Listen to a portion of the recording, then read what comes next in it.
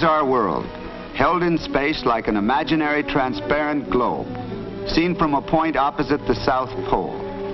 In the center is the great continent of Antarctica, and we see South America, part of Africa and Australia. On the further side of our transparent globe are the dark masses of North America, Europe, Asia, and the rest of Africa. In 1519, Magellan sailed from Spain, crossed the equator, and set out for the New World. Seeking a channel to the Pacific, he discovered in 1520 the strait which bears his name today. He crossed the Pacific, making real what Columbus had only imagined, the linking of Europe and Asia by sailing westward. Magellan died in the Philippines, but one of his 5 original ships completed the voyage back to Spain, the first circumnavigation of the globe.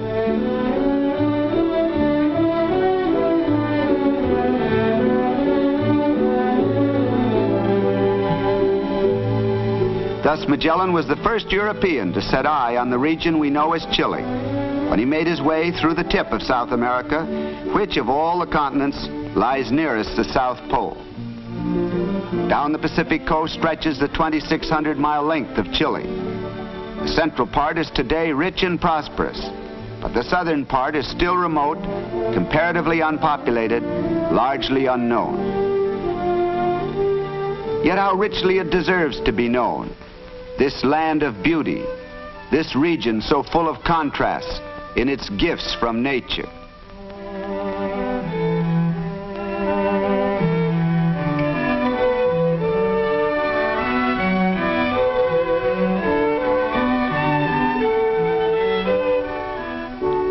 This is the land of the Araucanian Indians, whose ancestors in the days of the Spanish conquest 4 centuries ago were the only people the invaders never conquered.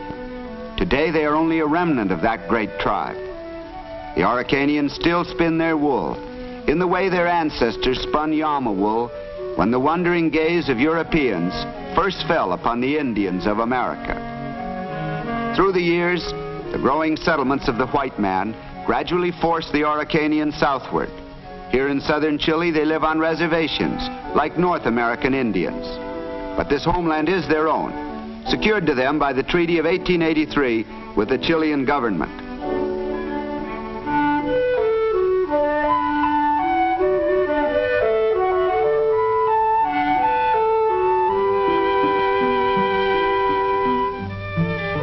Traditional and beautiful is the woman's headdress, made of hundreds of tiny silver coins.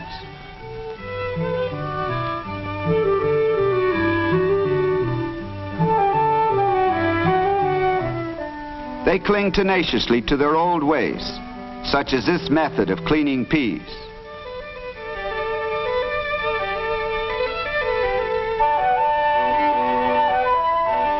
Strange wooden poles are grave markers. When these people need rain, they tie a black bull to the pole. When they want clear weather, they use a white animal. And they keep the forms of their old religion. As the medicine woman chants and beats her drum, her daughter performs the dance of thanksgiving for the favors of the tribal god.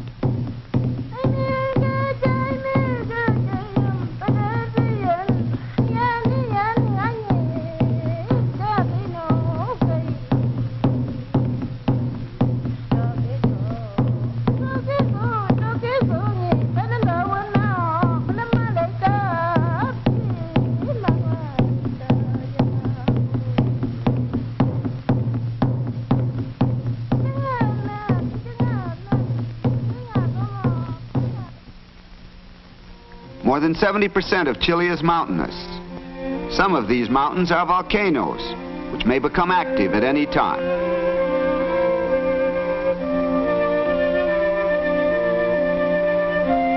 Hot ashes from the volcanoes sometimes cause damage to South Chile's forests, though much of the timberland is beyond reach of volcanic action.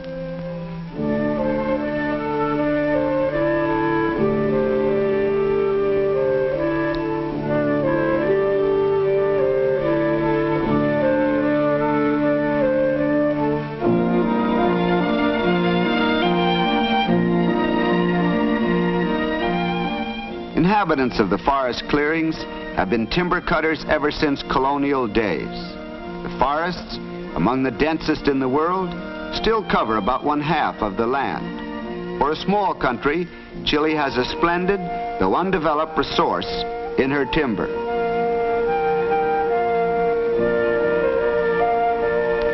Lack of adequate transportation hampers exploitation of these forests. South Chile lacks railroads, and few of the rivers are of the slow, timber-carrying kind. But the region abounds in small, turbulent rivers filled with the melted snows of the Andes. These streams, if harnessed, would add greatly to Chile's use of electric power. In the rich Central Valley further north, Chile uses more electric power per capita than any other country south of the United States. To the uninitiated, a great surprise of South Chile is its beautiful lake district. There are 10 large lakes and many smaller ones.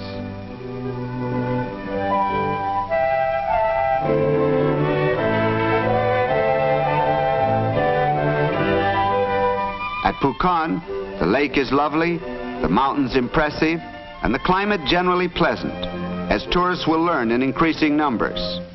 In nearby streams is the finest trout fishing in the world, while in the same season there is unsurpassed skiing in the high valleys. Mountain climbers are happy here too. There are still a number of unconquered peaks in the Chilean Andes.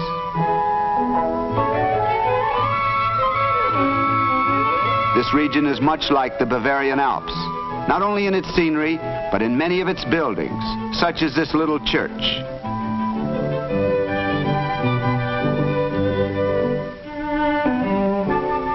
In the towns, too, we can trace the German influence, naturally enough, because generations ago, many Germans settled in this section. Like the Pennsylvania Dutch, they have tended to live more or less by themselves.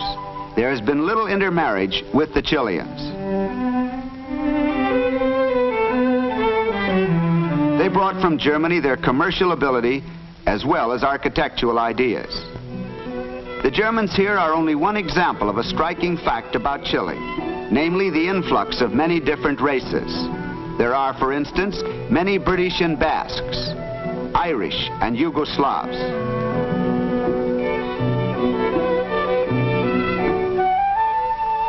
The port of Castro is on the island of Chiloé, where the real South Chile begins. Charles Darwin, who was here in 1834 on the famous voyage of the Beagle, made this statement: Chiloé is an island of little sunshine and much rain, where the people live mostly on potatoes, pigs, and fish. Sunny days are rare in a land that is drenched with 100 inches of rain each year. As for the Chiloé potato, it is still going strong after a history reaching 4 centuries into the past.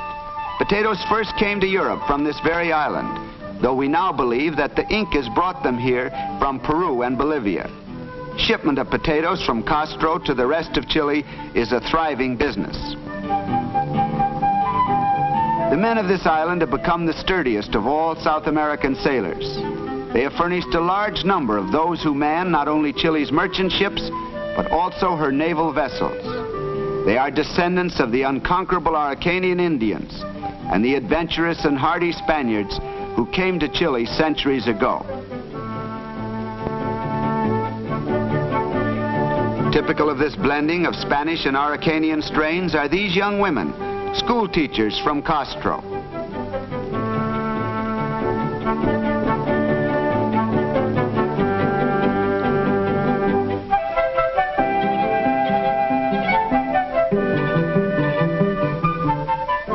Bound south by ship, touching the island of Chiloé at its port of Castro, and then over the rest of an amazing 1,000-mile voyage, by open sea when weather permits, by the inland passage when the weather is bad. The destination is Punta Arenas, southernmost city in the world. On this voyage, the ship has made its way through a truly forbidding part of this world of ours. The channel, only a mile or so wide, is hemmed in by massive headlands laden with wild forests. Beyond the shores lie vast areas still unexplored. There is constant mist and rain. rain to the amount of 200 inches per year. As we approach the Strait of Magellan, the coast becomes a labyrinth of narrow channels and countless islands. The resemblance to the fjords of Norway is very striking.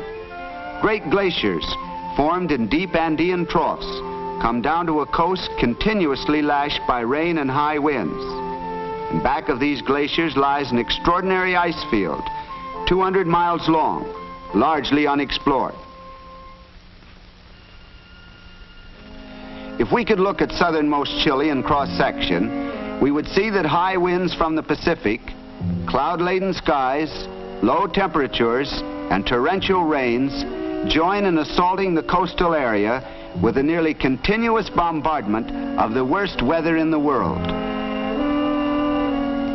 And then the Andes intervene. To the east of the Great Range, the sun is triumphant. Rainfall is moderate, temperatures are endurable, and so human life is possible on the great plains that stretch eastward to the Atlantic.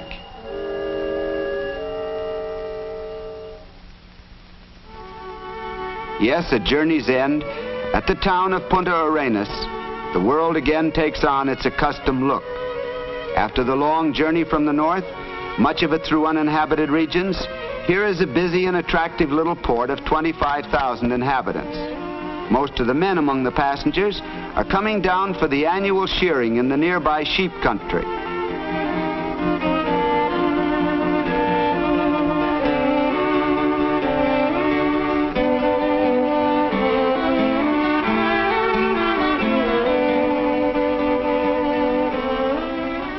A statue of Magellan recalls to us the greatness of his achievement.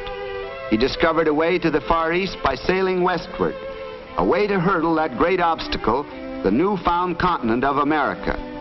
It was he who made the roundness of our globe a useful fact in the life of mankind. Tierra del Fuego. On calm days, one looks across the strait to the shores of a land bearing a name every schoolboy knows, Tierra del Fuego, the land of fire. To Punta Arenas clings the great tradition of the clipper ships, for these gallant vessels of the old sailing days had this as a port of call. Seeing the strait lashed by a 60-mile gale, one salutes the skill and hardihood of their crews. Yes, and of Magellan's men too, who took their ships through from ocean to ocean. There are few days when the prevailing westerlies are not blowing.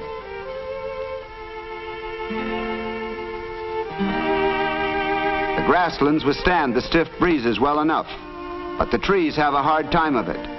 We are in Chilean Patagonia now, and unlike the flatlands of Tierra del Fuego and of Argentina just to the north, this area is in some parts wooded and hilly, even mountainous. But trees exposed to the winds become weirdly deformed and denuded.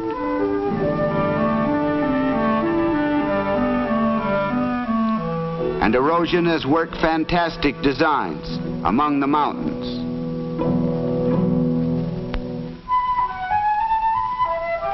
The sheep-raising area, appearing now in white, includes the flatlands of Chile reaching to the Atlantic on both sides of the Strait of Magellan, and a large part of the Patagonian plain of Argentina.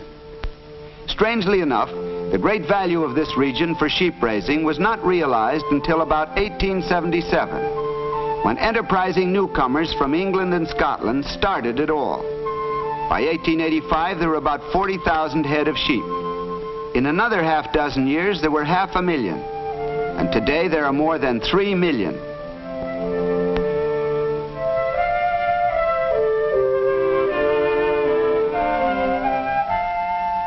The pasturage is excellent because rainfall is ample but not excessive, and because after the rain, strong winds dry the grazing lands. Prevailing temperatures favor the growth of the wool. Ownership of the ranges and herds is largely Chilean, but the management is commonly in the hands of experts from Great Britain or Ireland. Altogether, this is a sheep raiser's paradise, much like North Scotland or the Hebrides. It's pretty nice for the sheep, too. Of course, they don't know that each year about 1 million of them go to market to be turned into choice mutton.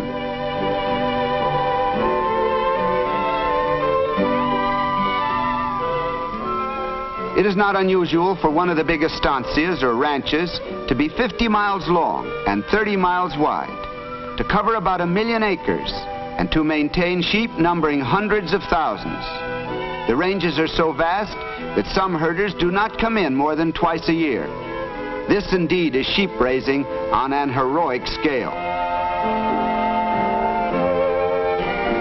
The predominating breed of the sheep is a cross between the Merino and the Romney Marsh.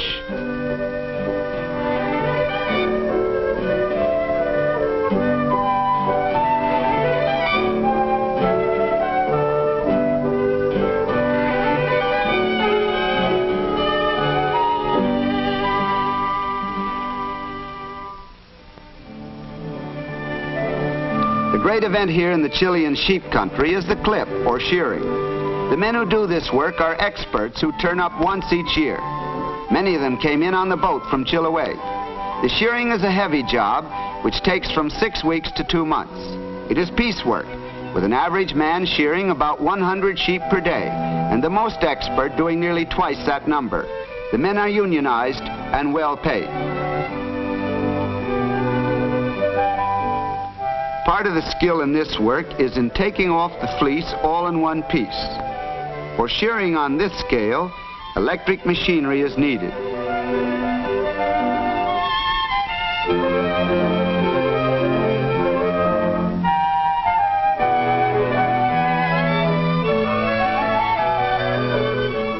The wool goes to expert graders who decide on its quality and classification.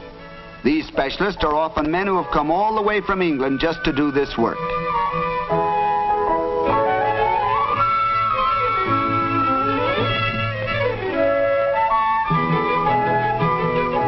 Then the wool is baled. Again, it seems extraordinary, after traveling through 1,000 miles of spectacular, unpopulated wilderness, to find this thriving industry.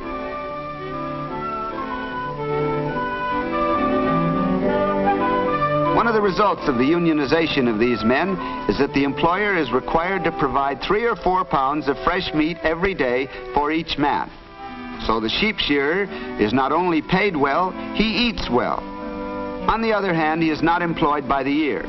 And it must be said that if any of these men happens to detest mutton stew, he has made an unfortunate choice of a profession.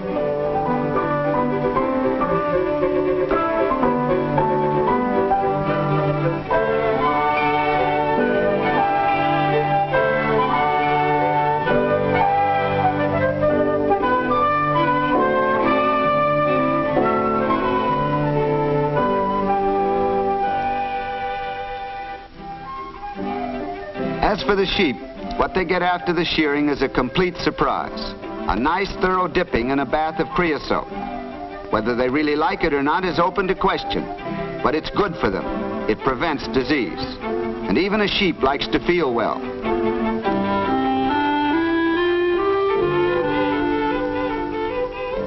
Soon the sheep will go out again for another year on the range, while their recent coats of fleecy wool, now carefully baled, start the journey to the docks at Punta Arenas, and from there to countless spindles and looms in distant lands. South Chile remains one of the world's few frontiers. In all of this region, from Chiloé to Cape Horn, live only 1% of Chile's population. And yet how richly rewarding to the observer who seeks the uncommon in what the world has to offer. And who knows? Someday all of this may become a great vacation center, the Switzerland of the Western Hemisphere. In the meantime, South Chile has not quite its counterpart anywhere on the globe. It is fascinating in its strangeness, in the aloofness of much of it to man, in its mysteries and in its unsolved problems. Fascinating, too, in its sheer, stark beauty.